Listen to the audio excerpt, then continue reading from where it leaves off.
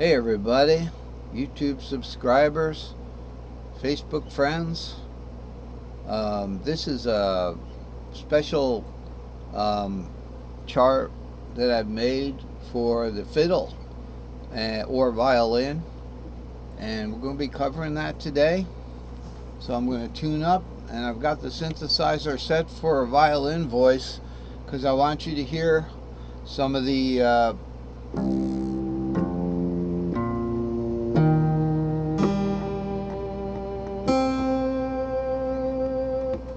okay, I seldomly use the synthesizer, but it's a perfect opportunity to. So I've been working hard on these charts. I did a bass chart, and that was fairly easy because the bass guitar is just the bottom four strings of the guitar. Okay, but it's like an octave lower than the E.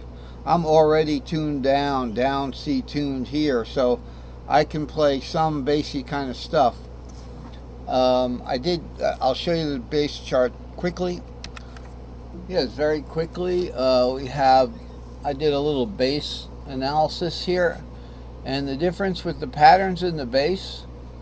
Okay, so we've got a 4-string guitar, a 4-string bass string instrument, all P4 tuning, no tuning warp to worry about. And so the patterns now, I had to trim them down. We don't have an S5L, so we just have the same patterns. S4L, S2L, S3L, you know, and that's the bass. There's really not much to it. And then we have the long patterns and everything. Bass guitar fretboard there. You know, I didn't even put numbers on it, but I'll tell you why and what happened there. So here we have the fiddle board, and you can see there's numbers on it because it gets serious when we have to figure out what's going on. And so you have to choose a key, and I chose to do it in C because you're going to get, I get the same patterns. You will get the same patterns if you do it in C, and then you just adjust where the patterns start. So the C pattern is in pentatonic,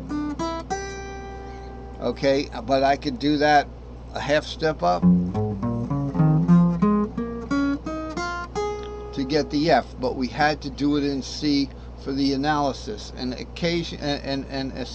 additionally,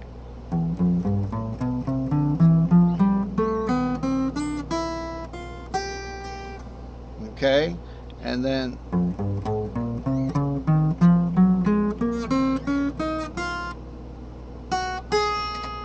I had to do that C shape, 3, 4, 5.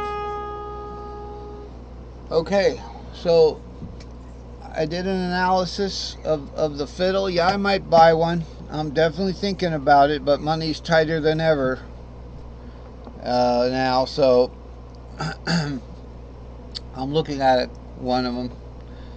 And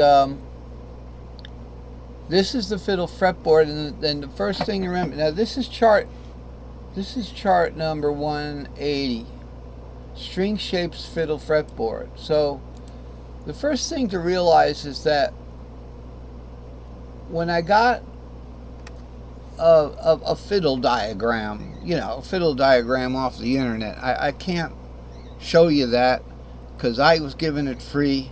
But if I give it to you for free, then that's kind of questionable. So I had to learn what I could off of it and then make the pattern.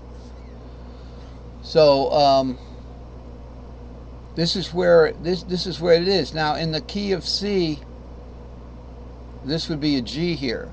So the first thing to know about the fiddle is it's tuned in fifths. You know, and it's no big nightmare for me tuned in fifths, except for one thing. When you do a pattern in, you know, if you say you want to play guitar to teach your person or play along with the fiddle, how does it play out? The intervals in guitar are in fourths. The intervals in fiddle are in fifths. So the pattern would go would go something like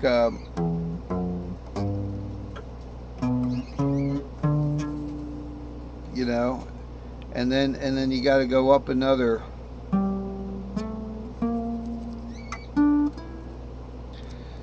So you have to go up and over. So let's look at that. Let's look at that. You see these arrows? That means these are equivalent. So this is the fiddle fretboard. Okay, five in the key of C, but it doesn't have to be the key of C. But if you want to nail it down to the key of C, just put a fretboard there and have that 5 be the open string note, then we're definitely in the key of C. And in the next diagram, I definitely just do it in C. Because once we learn the patterns, they're applicable to any key.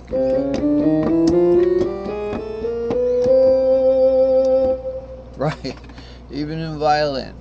Okay, I'm quite confident. So there's a lot of notes to the violin. There's enough notes to get everything. But we don't have our cages. We don't have, what do we have? That's in the next diagram. We'll look at that. But before we get there, I want to look at this pattern here. So here's 5, 6, 7, root, 2, 3, 4, 5, 6, 7, root 2, 3, 4, 5, 6. Now notice these are in intervals of the fifth. So in the key of C, the fifth of C is G. G to D is a fifth. We're doing these in violin today. I'm going to turn it up a little louder.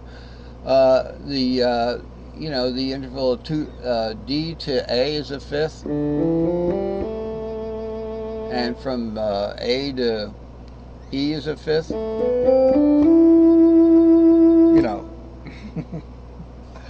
I'm not trying to make fun of it. I really learned this stuff, and we have to move along because it got a little complicated before it got easier again, and kind of went off in the wrong direction, and I kept it simple for you. So we have this on the fiddle in fifths. And by the way, once I add the string shapes, I've maintained the guitar string shapes. So what it is we're going to take the fiddle in string shapes of 2 at a time, similar to the caged ladder. So let me just show you both of them at once. This is the guitar caged ladder. This is the fiddle 10-string pattern stack. Okay, this isn't a pattern stack. The caged ladder, because here's a quick string pattern stack. It's just to show double aliasing, but this is a pattern stack. Notice there's only one string shape per pattern, per string there. Okay, right here. This is the pattern stack for the guitar. There's only one string shape per line. This is a 10-string pattern stack. So here, this is a caged ladder for the guitar. And the reason I made this was because to go up in fifths in string shapes, G is the fifth of C, D is the fifth of G, A is the fifth, etc., etc. And of course the strings themselves go up in fourths. 3 plus a fourth is our A, and then A plus a fourth goes to D, but that's the D note, not the D string shape. The reason I gave you this was so we could count the word cage, C-A-G-E-D, and skip every other letter of that word, and we could go in fifths going up and fourths going down. But remember, cage spelled backwards is C-D-E-G-A. So that you do that skipping them down. That's what the caged ladder is. That's not the pattern stack. But this is the pattern stack for the fiddle. You see, this is the least common denominator for the fiddle as far as I know today.